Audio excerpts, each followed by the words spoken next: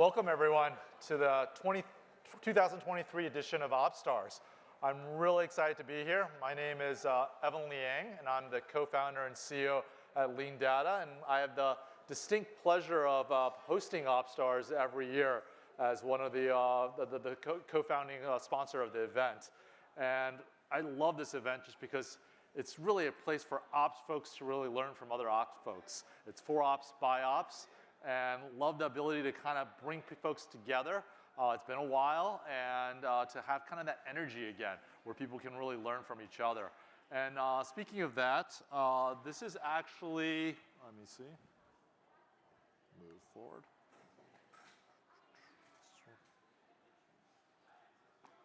What is that? When you go first, you always have the, can we move the slide? Can we move the slide one slide? This is actually our 8th annual OpsStars here. It's kind of grown, and one of the things that we're most proud of at OpsStars is we oftentimes kind of identify new and emerging trends. So in 2018 or 19, we started talking about this whole journey to RevOps. And people had just started hearing about that term, and what we're going to be talking about this keynote is kind of how that's completely evolved over that time frame. And it was amazing that that term was just getting going, and today most companies do have a RevOps organization.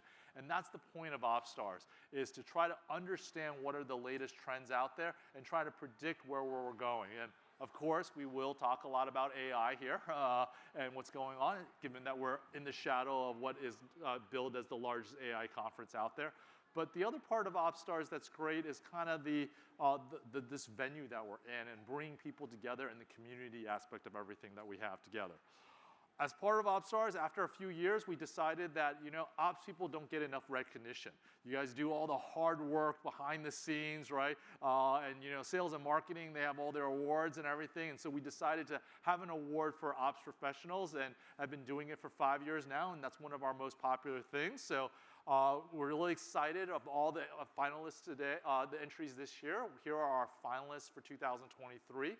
So for the account-based program of the year, the finalists were 6sense, Infor, and Reltio. For most cutting-edge ops program of the year, Unity, Qualtrics, and NextThink. Winning sales cadence of the award, a completely new award this year, Click, DeepKai, and NIQ. Digital Transformation Award, Directive, Hunger Rush, and NVIDIA. Lean Management Program Transformation of the Year, Large Enterprise, so it's VMware, Motorola Solutions, and Rocket Software. Lean Management Transformation Award for Emerging Enterprise, Audit Board, Arena, and Autodesk. And OpsStars of the Year, so for the individual award, we have Zach Olson from Dell, Jamini Karaki from VMware, Carla Wishart from Subsplash, Jules James from 6sense, and Rachel Godfrey from Bamboo HR. So congrats to all the finalists. And so that definitely made our job really, really hard. But this year's winners we're really excited to announce is for account-based program of the year is Reltio. So congratulations to Reltio. And they also were a winner at Forrester Summit. So those folks are definitely doing some really innovative stuff. Lean Management Program Transformation of the Year was Autodesk Construction Group.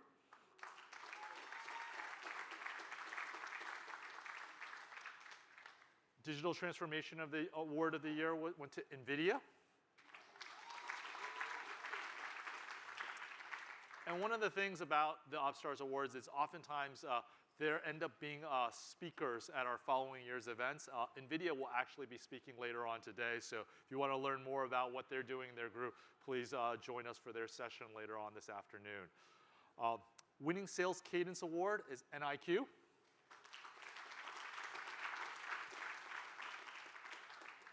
Lean Management Program Transformation of the Year, Large Enterprise, was Rocket Software.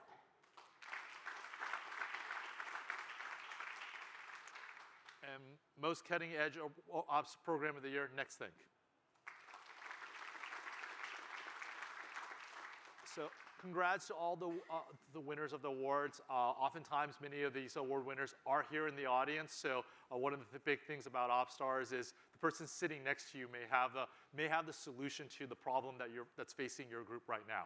So we definitely encourage folks to get to know who's in the audience, network, and make those happen, because you may be sitting next to an award winner, or you may become the future award winner next year as well. So we always look forward to that.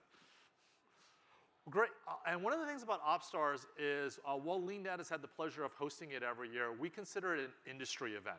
It's not a vendor event, it's not just a LeanData event, and so to kind of emphasize that, this year we tried something different in which we actually brought on a full co-host. So this year we were very thankful to have SalesLoft be a full-time co-host for OpsStars, and you'll see the agenda kind of break both ways. So thank you to them for kind of coming on board and being a co-host for us for this event. And my theme last year was the fact that many of our sponsors, we were trying to strive for what we call 1 + 1 = 3. In today's world, there's a lot of tumultuous things going on. You need your vendors to work really closely together to bring the buyer experience better. And so it's on us as vendors to kind of deliver that 1 + 1 = 3. And so as sponsors, we started thinking about how LeanData and SalesLoft could be working more closely together, especially with their new product around Rhythm AI. They will be speaking about that in their keynote at 1 p.m., so please join that. But then we've also come up with new innovative ways to think about how we can take LeanData's unique access to the signals that we have access, like campaign members, SLAs, and how can we feed that into Rhythm. And we're excited to, if there are customers out there that are LeanData and SalesLoft customers, please drop by and talk to us about how we can work better together to service your needs. So excited to show more around that. In addition, very proud of all our sponsors who are here at OpsStars. We are in the shadow of Dreamforce and Salesforce, but they kind of love to be part of us and encourage us to have all these events, because it just makes their conference even bigger. So thanks to Salesforce for making Dreamforce happen, but also thank you to our other major sponsors. I won't read through all their names, but to our gold ones, Captivate IQ, Lead IQ, Exactly, Demand-Based, Rattle, and Qualified, and our numerous silver sponsors as well. We really appreciate them. This conference isn't possible without their support, and quite frankly, we love their content and what they bring to the table as well. So we also encourage, this year, the nice thing about the Mint is it's an old building, it's really big, and so we can try new things. So if you've been to OpsStars before, every year we try to change things up, so we kind of make the venue a little bit different. And this year what we've done is all the rooms have major sponsors in them, and there's various different activations. So I will hint at some of them, so please check them out. One room has a money grab, so if you wanted some free money, go there.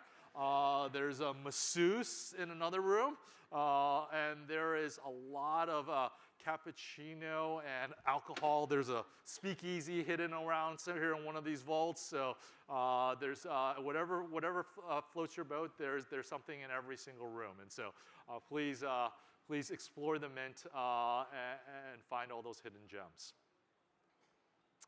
So with that, we wanted to talk about a little bit from the opening keynote around the state of RevOps.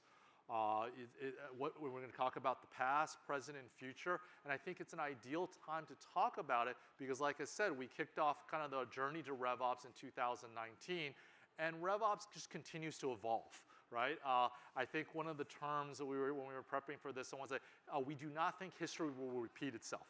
RevOps is going forward. It's not going to go backwards to what we are talk about it. And boy, has a lot changed. We've had COVID, an economic downturn, and a banking crisis. And to help me with that, we wanted to bring on 3 industry experts to talk about those different phases and set those contexts, and then hopefully bring us some key takeaways around where we think things are going next, and around all the various trends. And so with that, I wanted to first bring on stage Jeff Serlin, who I first got to know when we were working together at Marketo. His title, and this is a great title, Chief RevOps Officer. That's a new title, so that kind of emphasizes it. So Jeff, please come on stage and we'll talk a little bit about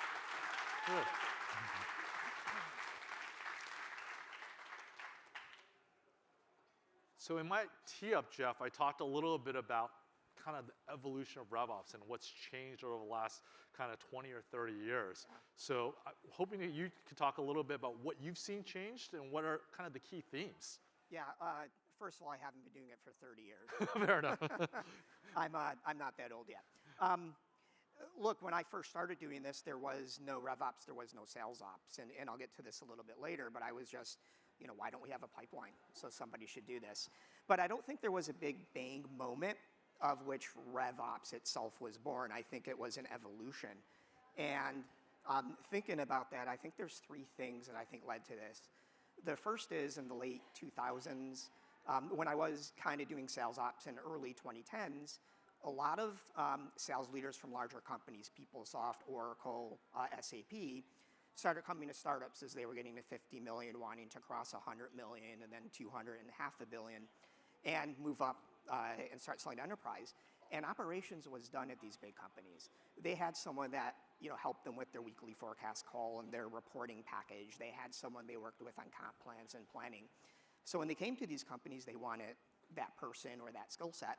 So they created roles, calling them sales ops, and started hiring people. And I think that was one of the first times. That role, by definition, for the second thing I think that went on was it had to work with others. It had to work with marketing on handoffs. You had to work with finance and legal on process and deal desk, et cetera. So other people at those companies and other leaders started to see the value in what operations can bring. And in fact, some of them started hiring their own ops folks after that.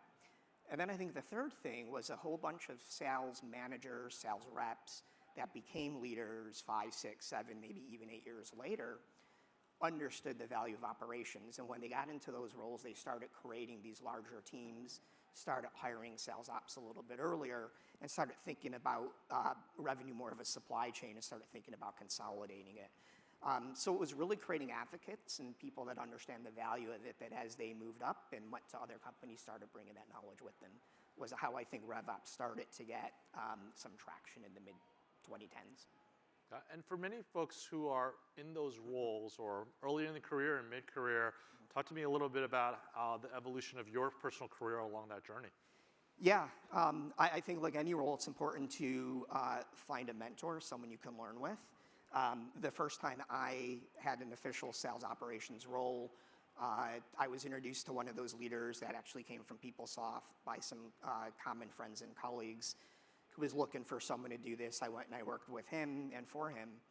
I didn't have anybody to go learn from, though. There wasn't a community. There was no place to go look and get some information of how to do certain things. There weren't a lot of colleagues and peers that were doing this, so I had to figure out, and so did others at that time, a lot of it on our own, which was very fun, and it was really, really good because you had to learn a little bit of everything, which I think has certainly helped me. But I was a team of one.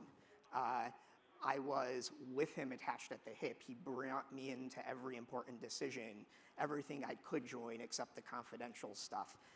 So I was seen as a chief of staff, a strategic partner to him, and he really helped position me as that person that was, this was pre-RevOps, but when things would get done, when we'd want to rethink a strategy or analyze something or get some tactics executed, that I was the person to go to first to help figure this out, as well as work with our partners in the go-to-market organization.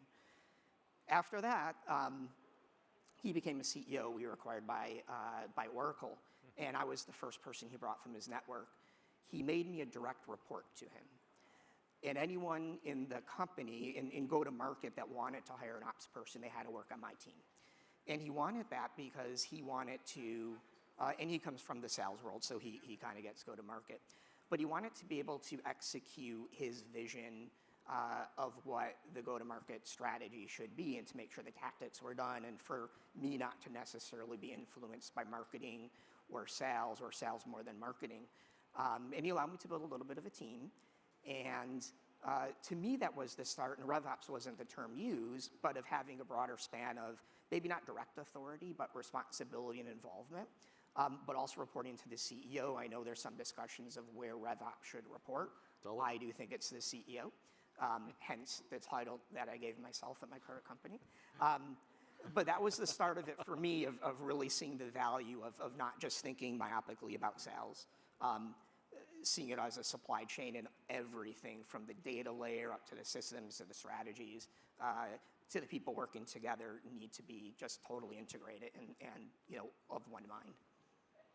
Very cool.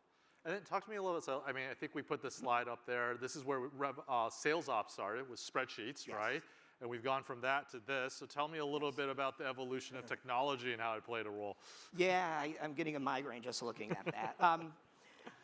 Technology is great. It's an awesome enabler to get things done. If you're buying technology and you don't know what problem you're trying to solve, you shouldn't be buying anything. So there's a ton of great things out there that I've used throughout the years, and I don't think that myself or people that do what we do could be as successful or deliver as much value to the company if we don't use technology. But be very deliberate and thoughtful on what problem you're solving, what you want to solve next, what you want to solve next quarter, what you might want to solve next year, and have a plan of how you're implementing it. And most importantly, have a plan of how it's going to be adopted. Buying something that can give you a value gives you none if folks aren't using it. So it's really been great of, I think, accelerating the speed of which we can deliver value to the business, but also to the degree of value because it gives us the insights or the automation freeing us up to do more strategic things that we can typically do. Got it. Makes sense. And, maybe also on the go-to-market side, what have been the process changes that you've seen over that time frame? I think the biggest single one, and I'll start, more at a macro level, is when I went to Marketo, sales and marketing planned together. We had a single spreadsheet, and our models were all in there. It wasn't different spreadsheets that we couldn't interpret. And Dave Kane, who some of you might know, him and I would spend hours in a conference room, and we would integrate this whole thing. And we would talk through, if we felt that we wanted to accelerate outbound and enterprise, he would, reduce a little bit of his spend in there. Or if we wanted to get more spend in certain programs that they were coming up with, we might make the manager ratio 7-to-1 instead of 6-to-1. So I think the change in process was started by the change in sort of alignment and folks working together to think of it as a single plan. And we were both accountable to the same thing. In fact, his number was the same exact number that mine was in terms of what our variable compensation was. And I think that spawned common data models, that spawned common processes, that spawned better handoffs, that spawned leadership now talking about go-to-market as opposed to sales and or marketing, and drove a whole bunch of cool things that you can do at the process and workflow layer to, again, just accelerate your growth, do it efficiently, and deliver value to the business. Perfect. Well, thank you, Jeff. Appreciate you sharing your story. Thank you, Evan. Thanks.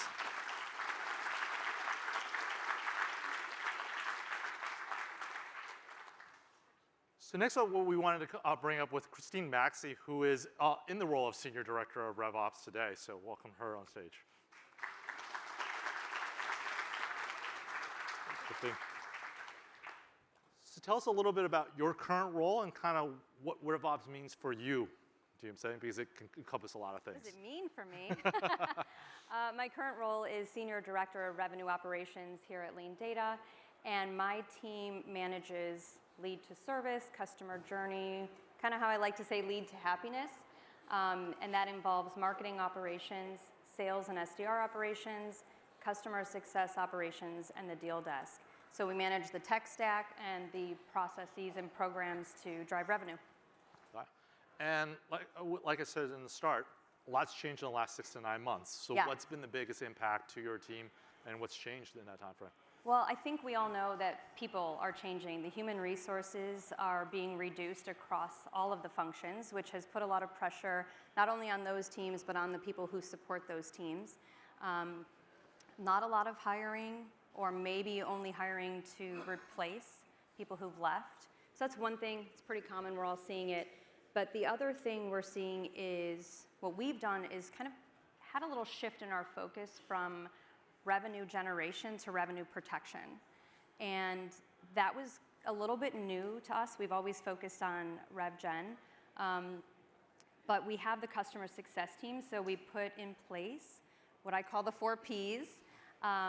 One is people intent, people movement, partnerships, and product. And I'll talk to those. Okay. Sure. People movement. what we want to know is, do we have the right people in the account, and are they moving? Because key stakeholders and points of contact are critical to retaining your business. So we wanted to alert anyone whose account points of contact have moved on or changed, maybe even been promoted, send a gift. That's P1, that's people movement.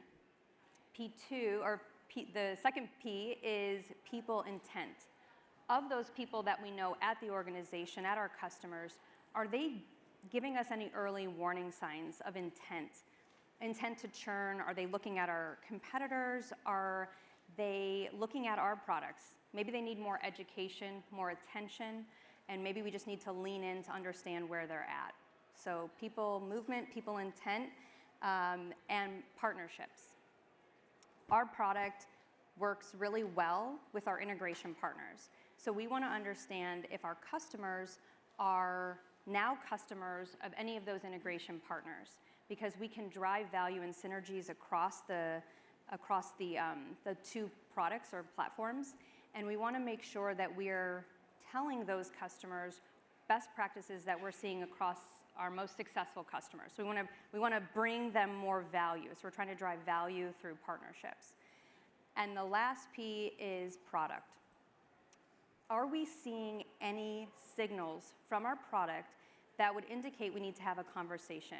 Now, historically, it'd be like, oh, they're using more, right? And we need to talk to them about selling more.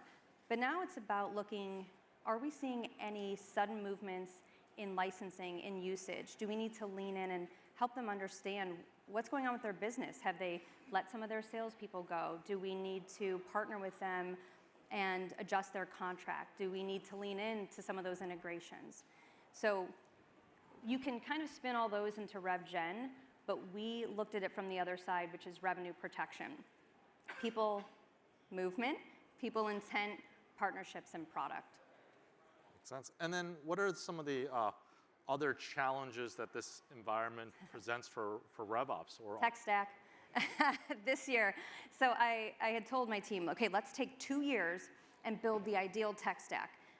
That was kind of silly because we even don't know what that is, because we can't possibly have worked with, and they don't have it up there, we can't possibly have worked with all of those vendors. So that was our first challenge, was what is the best? We don't know. Then Evan comes in and says, cut your budget by 10%.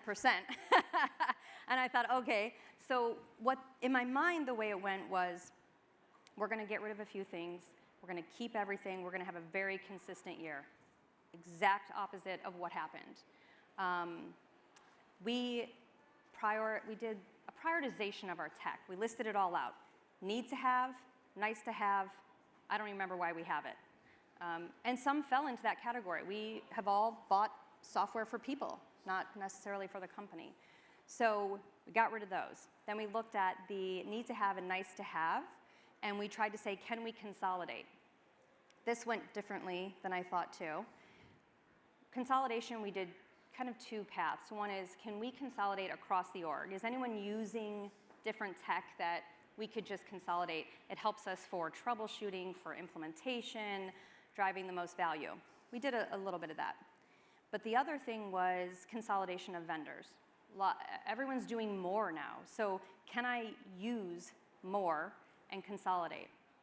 And I was surprised to see that we didn't do much of that, because, well, one reason is if I consolidate my budgets to purchase software, my budget is tied up in that. And if I don't like one piece of that software and want to pull it back out, I'm guessing my budget doesn't come out the way it went in, and now I don't have the money to spend on the thing I needed. So that was one consideration. The other was, great, let's try something new.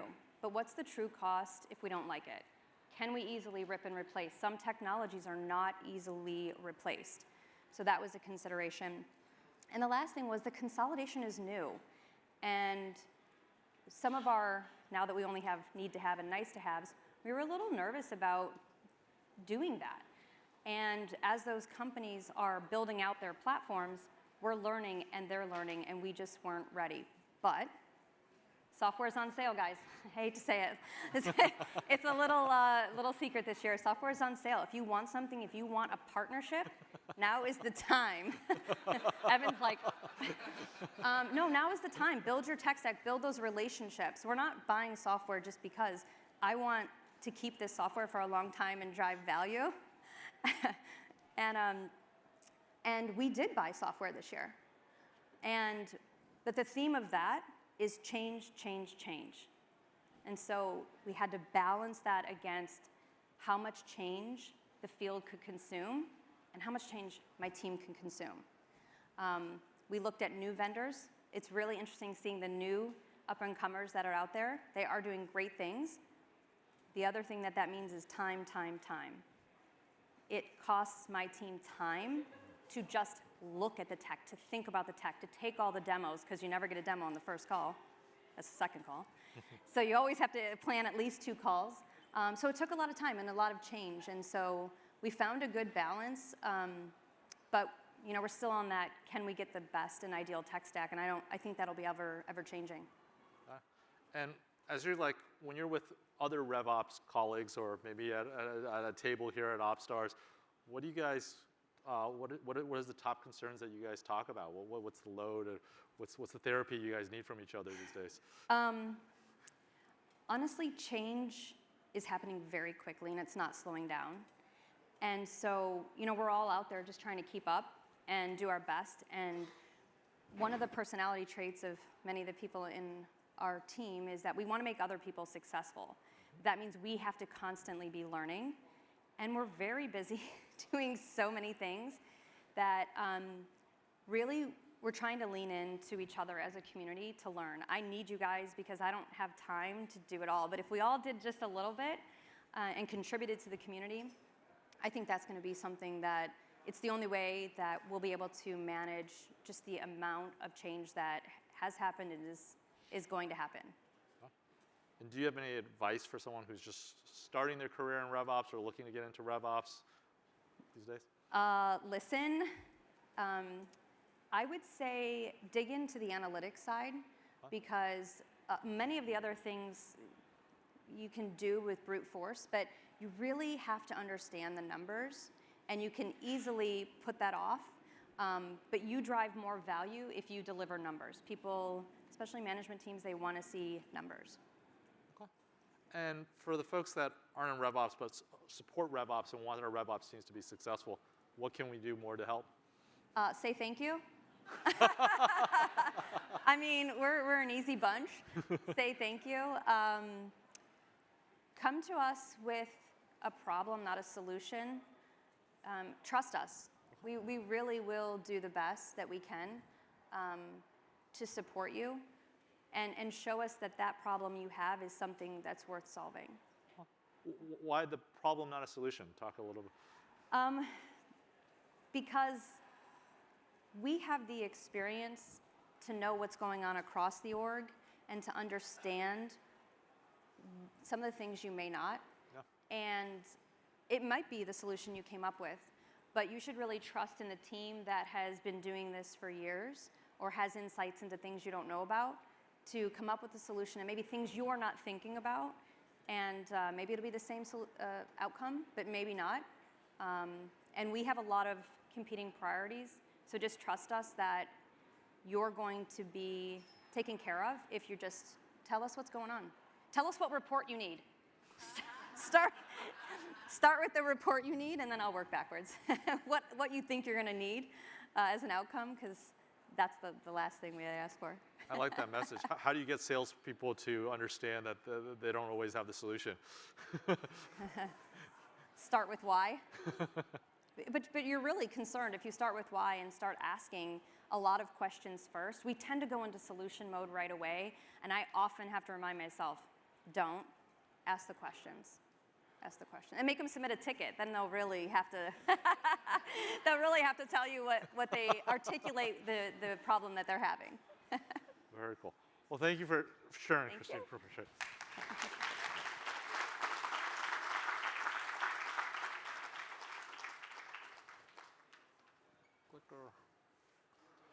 So next up, we wanted to bring on Franco Anzini to the stage. Franco is the CEO at LeanData, but he was a multi-time customer and a RevOps leader at multiple places. So it kind of represents the future of RevOps in the sense that the RevOps teams a lot of RevOps people we knew at OpsStars a couple of years ago said, what's your next career goals? And they always wanted to be COOs. So we decided to eat our own dog food, and we brought in a CEO who is from the RevOps side.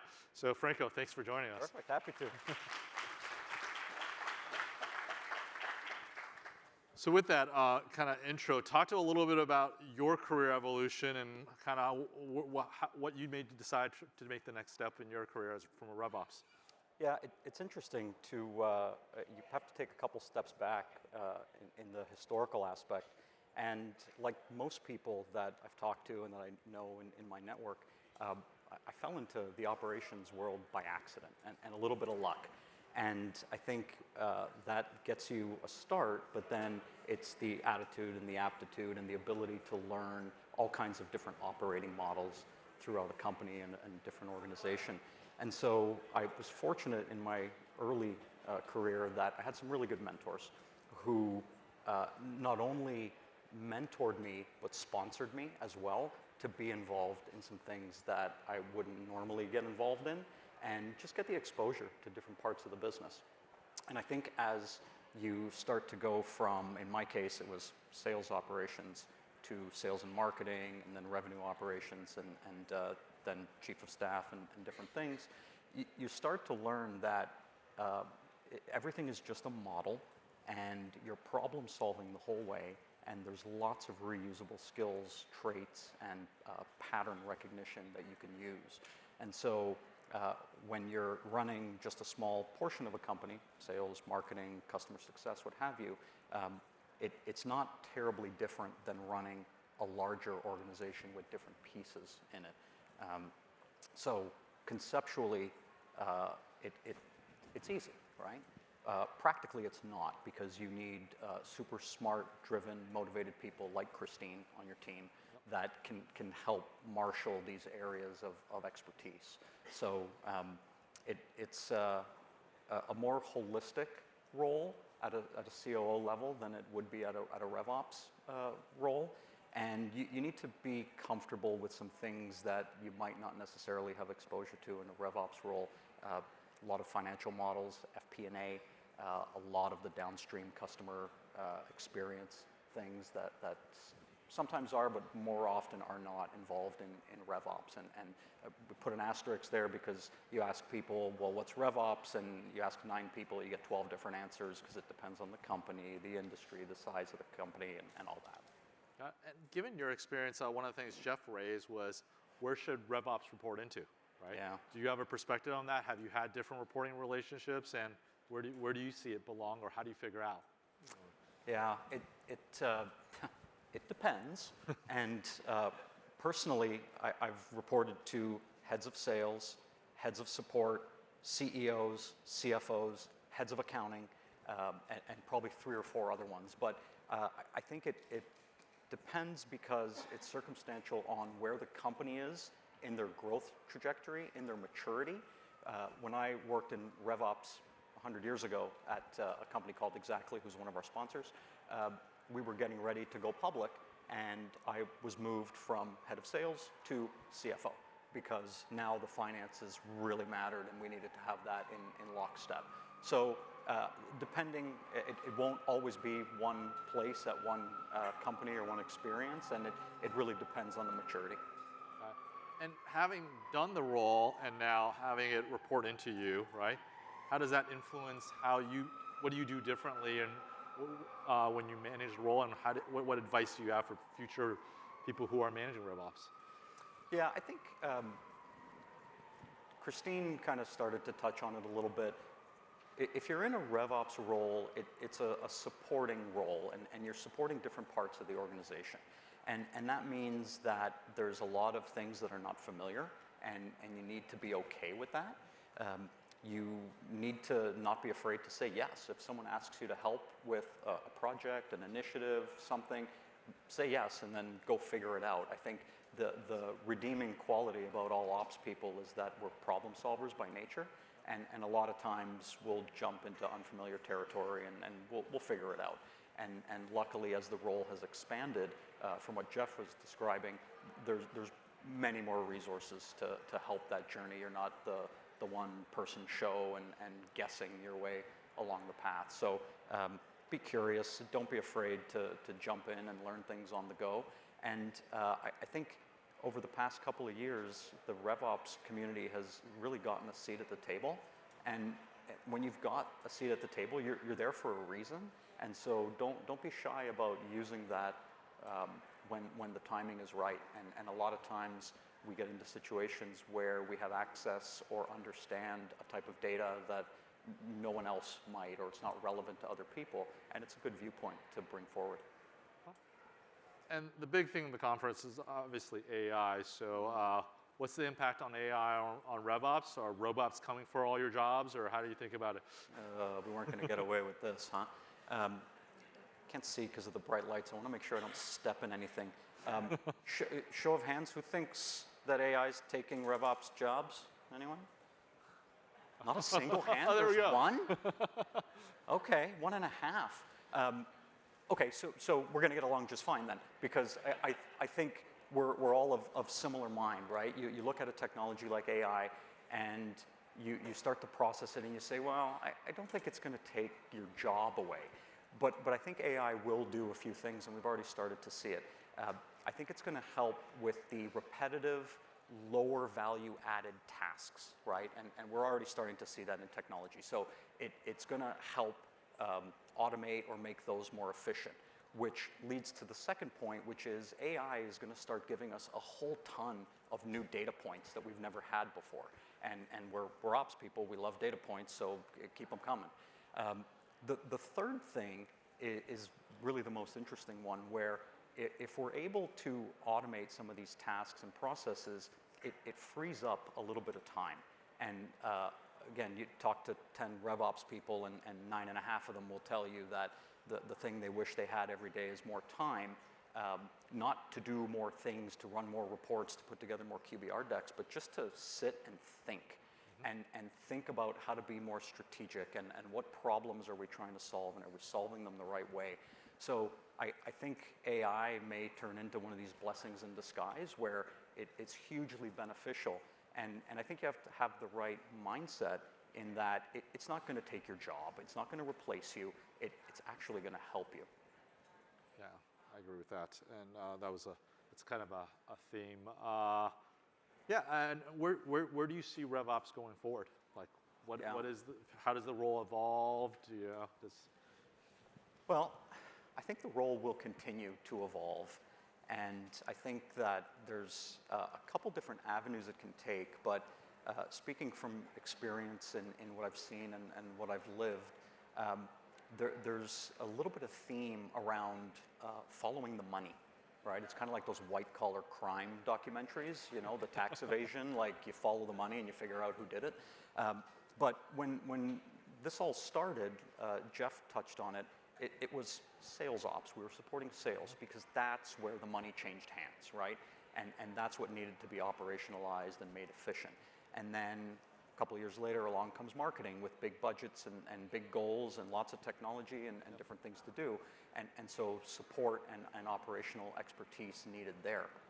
So I think that theme will continue to evolve. We're starting to see it. Christine touched on it, the move from revenue generation to revenue protection. Yep. Particularly those of us that live in the SaaS world know that initial sale is not the end, it's just the beginning. We have to renew that customer several times. And so there's going to be a series of transactions where money changes hands, and that needs to be supported and operationalized and aided with technology. So I think that'll continue. We're starting to see it a little bit with professional services and managed services type models, where they're becoming big spend categories, and people don't entirely have them well operationalized the same way that we do with a six-step sales process. So I think there's kind of following the money. The other theme I would say is the ongoing theme of technology, and it ties into AI and the tech stack, but there is so much technology available to us, and it's changing so quickly that we need to constantly stay on top of it. And it goes back to maybe AI helps us with some time to think and just evaluate technologies and take some demos and talk to vendors and see what's out there. And I think to that end, there's going to be this continued balance between, do I build a tech stack or do I solve my problems with best of breed technologies, or do I go down the suite path? And that's always been a tug of war. It's gone back and forth over the past 15, 20 years. So I think that'll continue. And then I think just the exposure of the role. Again, RevOps people are looked at as problem solvers, and I think a lot more constituents in organizations are valuing that and inviting that skill set into more strategic discussions. And that'll continue. We've started to see that with RevOps moving into COO roles. There's even RevOps folks that have moved into CRO roles, and they're taking on quotas and leading the sales charge. So that evolution, I think, will continue. And it goes back to what we were talking about earlier. Just be curious, be open. If you're given an opportunity, take it. You'll figure it out. This is what we've been doing for a living. And actually, a question for the audience. How many folks have, because RevOps started with sales ops, you added markups, and increasingly CX ops. How many of your companies has CX ops closely aligned with the other two? Just curious, okay, it's a good smattering. I mean, a couple of years ago, that was a complete afterthought. CX ops was not considered, and as we said, moving into the revenue protection area. Yeah, it's coming, particularly in a SaaS model. The longer-term contracts might not be amenable to certain types of technologies or companies, and so it's annual. And you've got to make sure that not only is there a transaction at the end, but that you've got a happy customer. If the customer buys your software, doesn't implement it, doesn't use it, and doesn't engage with you, that's a problem that you can apply some operational excellence against, right? You want to manage potentially a more complex process than the initial sales process, and you'll need some ops help for that. Is there since we're in the future section, this one's always tough, any predictions that you think most, versus hey, AI is coming, any controversial predictions you think might happen in the next couple, 10 years for RevOps when we look at it? What's out there? I don't know that it's terribly controversial, but RevOps people, I think, are going to continue to lead the charge, and we're already starting to see it with what Christine was saying, bring us a problem, and I think you're starting to see RevOps teams solve problems in ways that people hadn't thought of before, and technologies like AI and things like that are going to just amplify that. So that's going to lead us down the path of RevOps playing larger roles in organizations. And 5 years ago, you would talk to RevOps people and say, well, what do you want to be when you grow up? And everyone to a person would say, well, we want to be more strategic.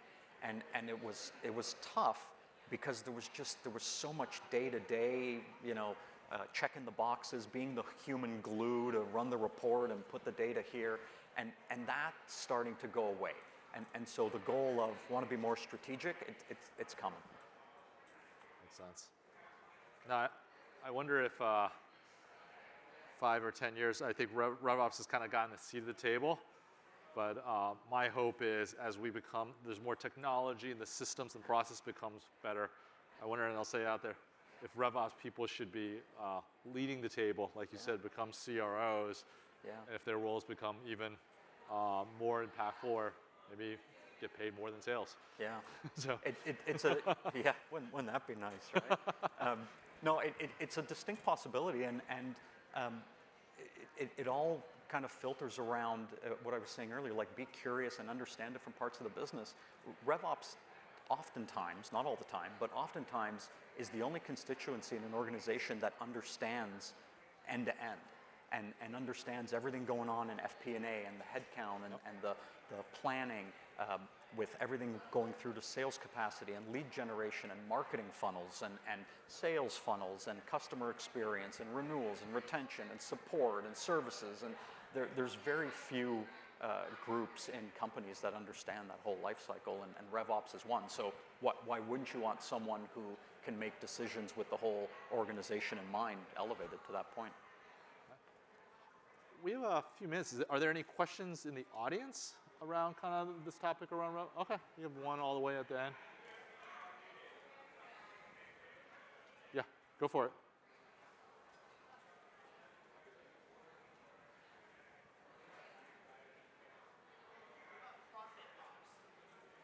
What about profit ops? Profit ops. Ooh, I feel like we're playing the New York Times crossword because profit ops sounds a little like growth ops, which we're starting to see. But absolutely, I think why do we do all this, right? Why do businesses exist? And I had this conversation with my 8-year-old who wants to be a YouTuber. Yeah, it's terrible. But businesses exist to make money and be profitable. And so I think as RevOps and the operational functions continue to get elevated, a keen eye on profit would not be out of the question. And if it gets to be called profit ops, great. Cool. Go for it. Hi, Phil. I can hardly see you. Hi. So some of the evolution I've seen in RevOps has been a lot of the new tools coming out specifically for RevOps. I was kind of curious from your perspective, what are some of the cool kids on the block that a lot of RevOps leaders and people on the couch should really check out to help them find more of that balance? Yeah.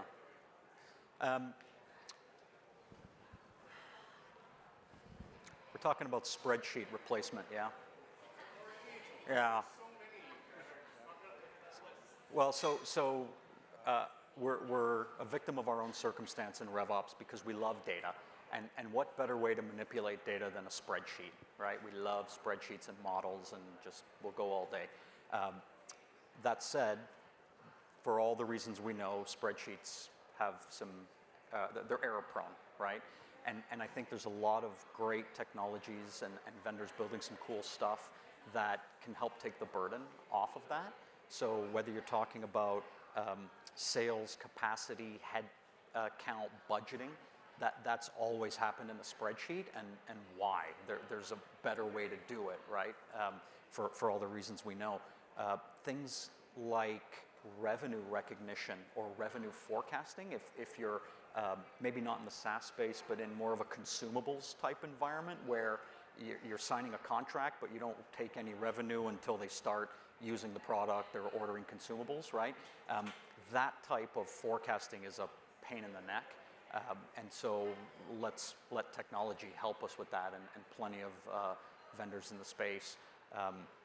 There's some really new ideas around sales performance with the application of AI tools. So not only how do you motivate salespeople, but how do you motivate them at the right time, things of that sort. So plenty of options here. I think a lot of the sponsors have some great stuff to show, but it's all really around further automation and getting off the manual bits that we still do. Yeah. Perfect.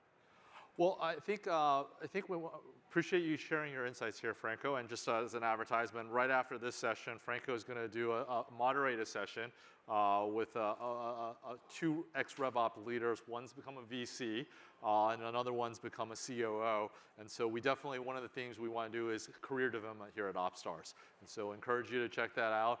If you're currently in a RevOps seat, here's where the future. And like I said, not just having a seat at the table, but in terms of driving the table in some respects. So thank you, Franco, Awesome. for joining us. Thank you. Okay.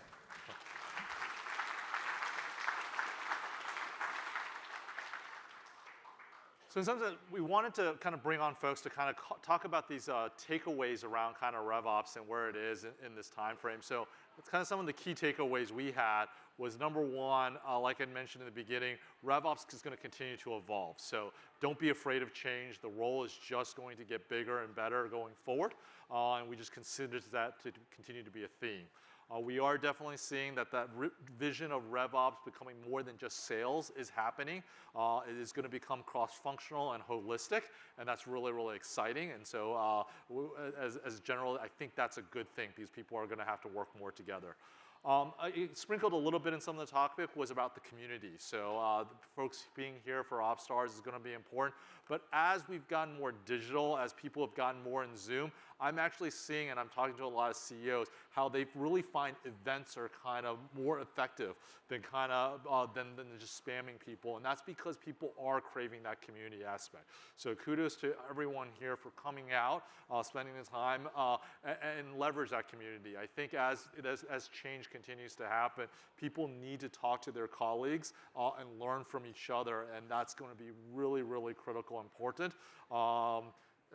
Because it's maybe also the only way you know you're not talking to a bot anymore. It's talk to someone face to face, right? So that community aspect's really, really important. And we think for RevOps, technology is going to be your friend, not a foe. I like how when we asked the audience how many people thought your job's going to be replaced, let's talk to the guy who raised his hand and think how he says that. But we agree. I think RevOps folks, AI is going to make you even more powerful. I was a little bit off the cuff in my mark there so that's about the pay, but I do think technology is going to be a friend for RevOps going forward, and that's really, really exciting. With that, I think this is why we have OpsStars. We're really, really excited for folks who are new here, welcome. Folks who've been here beforehand. We have some great themes around building it off. I touched a little bit about Franco's session coming up at 11 o'clock, talking about career. And this was driven by community input, by the way. Everyone wanted to learn about, hey, where do I go with my RevOps career? So encourage you, if that is something on your mind, where you go. Jake Randall and Current Singh have been speakers at OpsStars many times, and it's exciting to see kind of where that's gone.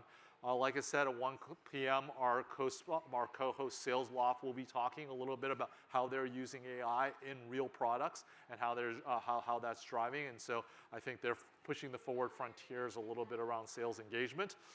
2 p.m., I mentioned the OpsStars Awards. We do have 2 OpsStars winners, so Travis Henry and Hillary Carpio from Snowflake are going to be talking about their models and how they've really busted down the silos to really build a true ABM motion. ABM is a big theme at OpsStars in the past, so excited for that. And then at 3 p.m., we have Craig Rosenberg, who many of you would know is from Topo. He has also made the transition to a VC firm called Scale Venture Partners. Kiran Singh is a RevOps leader. He's again coming back up to talk about the future of AI and what are their thoughts from both an operations perspective but a VC perspective. And these are just a few of the highlights of a packed agenda that we put together for you that we're really, really excited about. And so I wanted just to highlight a few of those throughout the entire day. And with that, I just want to say thank you all for coming out to join us. We love this community, love the energy and bringing everything, folks. And I hope that you guys have a fantastic day and meet a lot of great relationships to drive your careers forward. So thank you for much.